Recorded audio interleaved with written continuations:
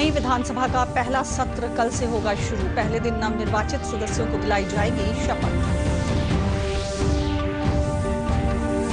विधान परिषद के नवनिर्वाचित 8 सदस्यों को सभापति ने दिलाई शपथ।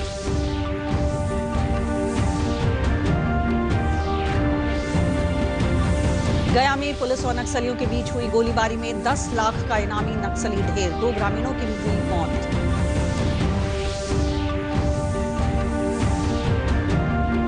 और छठ के बाद यात्रियों की सुविधा के लिए किया जा रहा है विशेष ट्रेनों का परिचालन।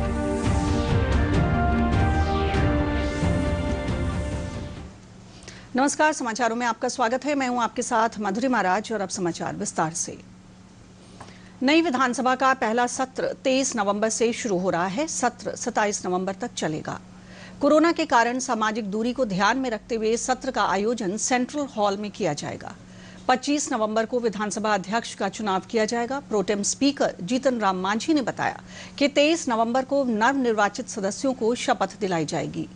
उन्होंने बताया कि 26 नवंबर को राज्यपाल फागू चौहान दोनों सदनों के सदस्यों को संयुक्त रूप से संबोधित करेंगे। सत्र के अंतिम दिन 27 नवंबर को राज्यपाल के अभिभाषण पर धन्यवाद प्रस्ताव और सरकार की ओर से उत्तर होगा।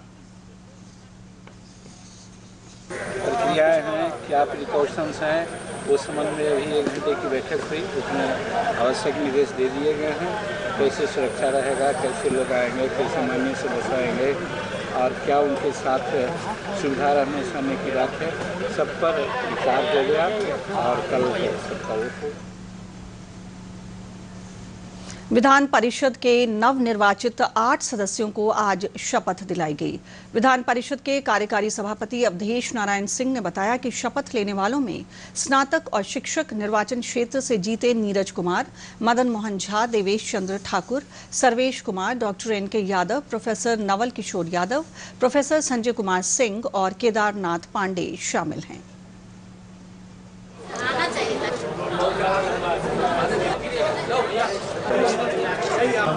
सदस्य निर्वाचित प्रति सच्ची श्रद्धा और निष्ठा रखूंगा एवं मैं भारत की प्रभुता और अखंडता अक्षुण्ण रखूंगा।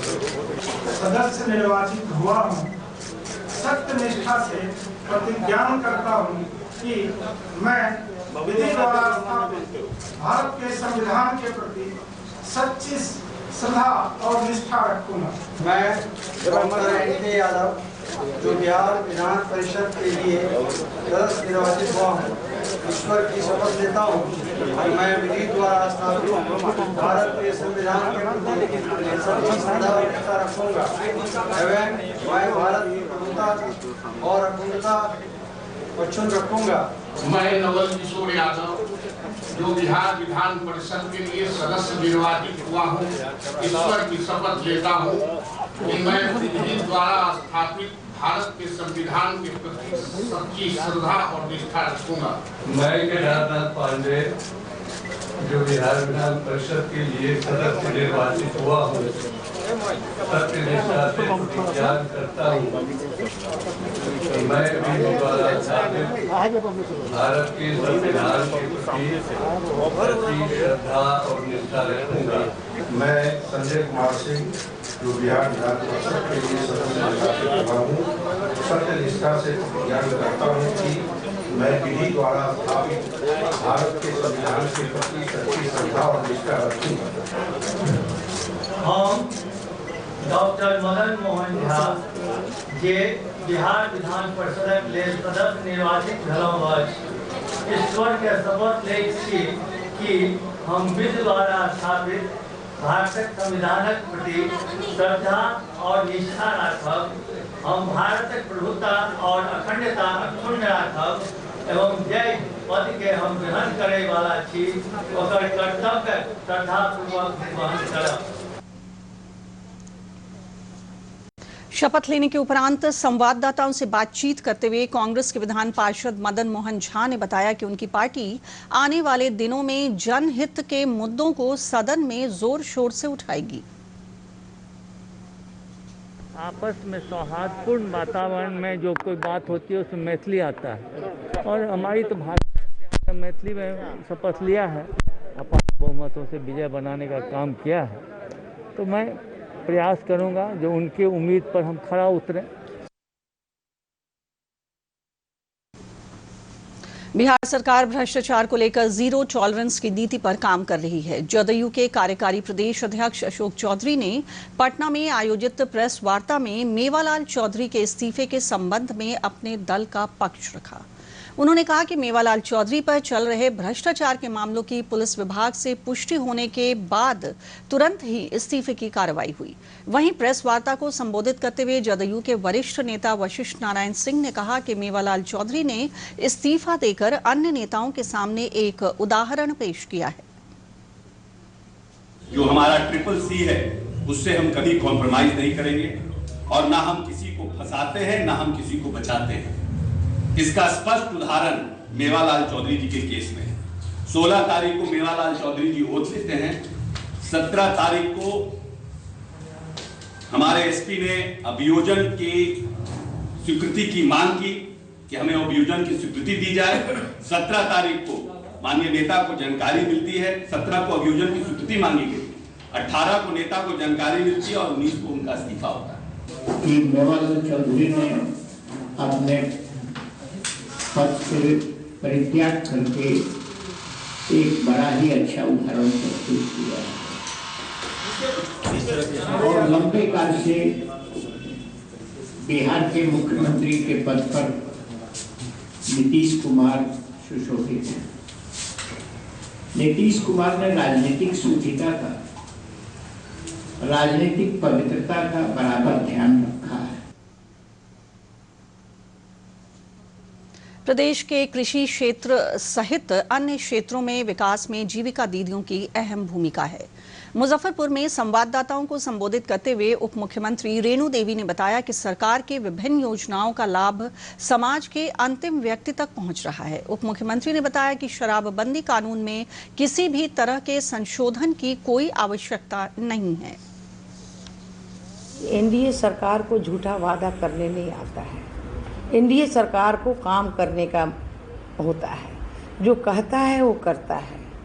और एनडीए सरकार में हम बता दें कि आज जो इतिहास रचा गया है कि जो हम गरीब, हमारी महिलाएं कभी सोच सकती थी क्या कि हमें शौचालय मिलेगा?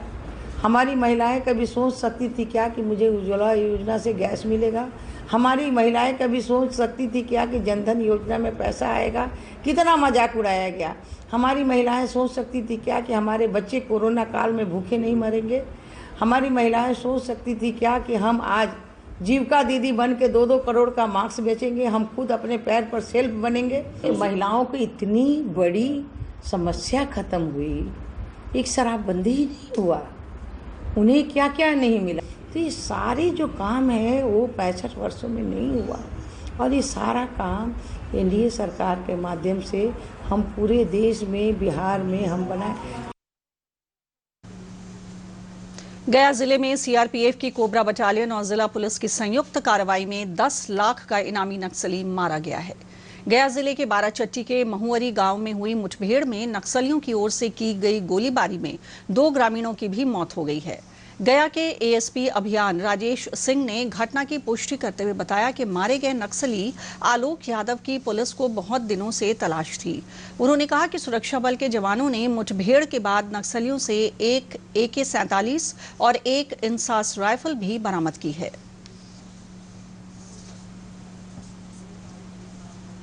छठ के बाद यात्रियों की सुविधा के लिए कई विशेष ट्रेनों का परिचालन किया जा रहा है। इन ट्रेनों के माध्यम से त्योहार के दौरान घर आए लोग विभिन्न महानगरों को लौटने लगे हैं।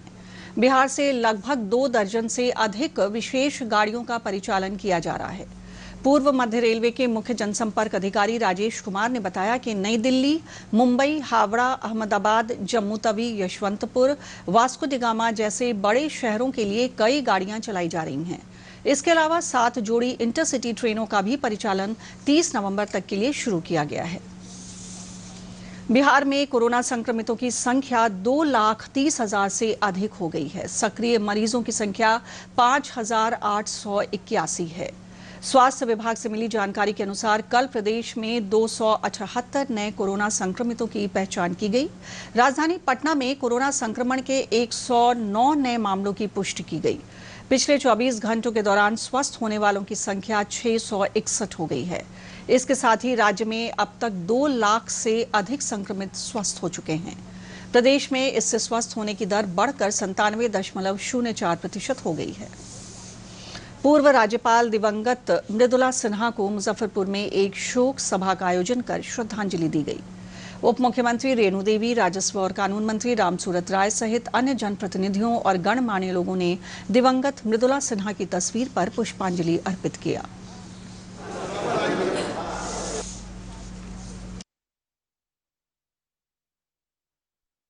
और अब 3 मिनट में 10 खबरें।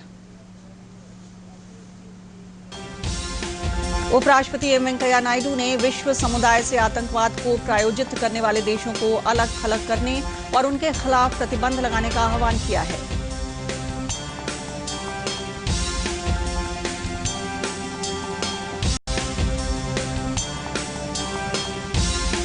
प्रधानमंत्री नरेंद्र मोदी ने आज उत्तर प्रदेश के मिर्जापुर और सोनभद्र जिले में पेयजल परियोजनाओं की आधारशिला रखी। इससे 42 लाख की आबादी को फायदा मिलेगा।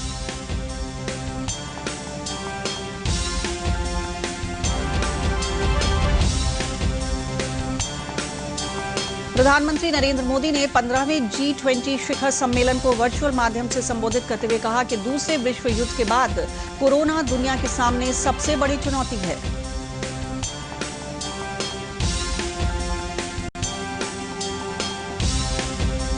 लोकसभा अध्यक्ष ओम बिरला ने 26 नवंबर को मनाए जाने वाले संविधान दिवस के पूर्व संवाददाताओं को संबोधित करते हुए कहा कि संविधान हमारे देश की आकांक्षाओं का जीवंत दस्तावेज है।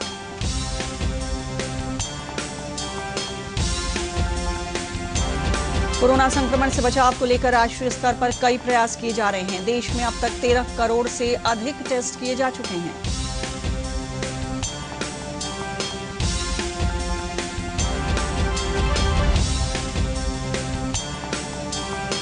देश में कोरोना से स्वस्थ होने की दर बढ़कर 93.69% हो गई है। मृत्यु दर भी घटकर 1.46% रह गई है।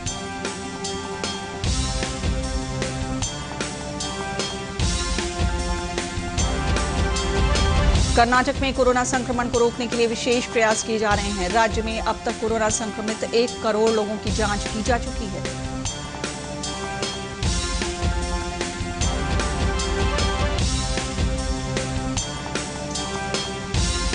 जम्मू कश्मीर के पुलवामा में सुरक्षा बलों ने घेराबंदी और तलाशी अभियान के दौरान जैश ए मोहम्मद के एक आतंकी को गिरफ्तार किया है।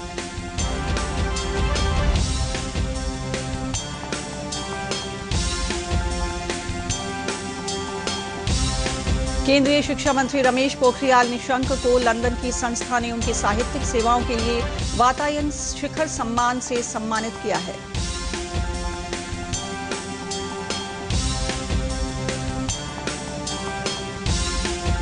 पंजाब में किसानों ने पिछले कई दिनों से जारी रेल रोको आंदोलन को 15 दिनों के लिए स्थगित करने का फैसला किया है।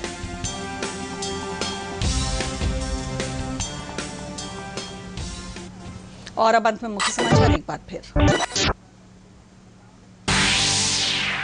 नई विधानसभा का पहला सत्र कल से होगा शुरू। पहले दिन नवनिर्वाचित सदस्यों को दिलाई जाएगी शपथ।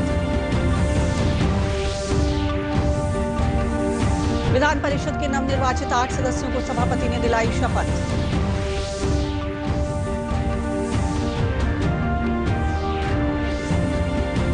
गया में पुलिस और नक्सलियों के बीच हुई गोलीबारी में 10 लाख का इनामी नक्सली ढेर, 2 ग्रामीणों की भी हुई मौत।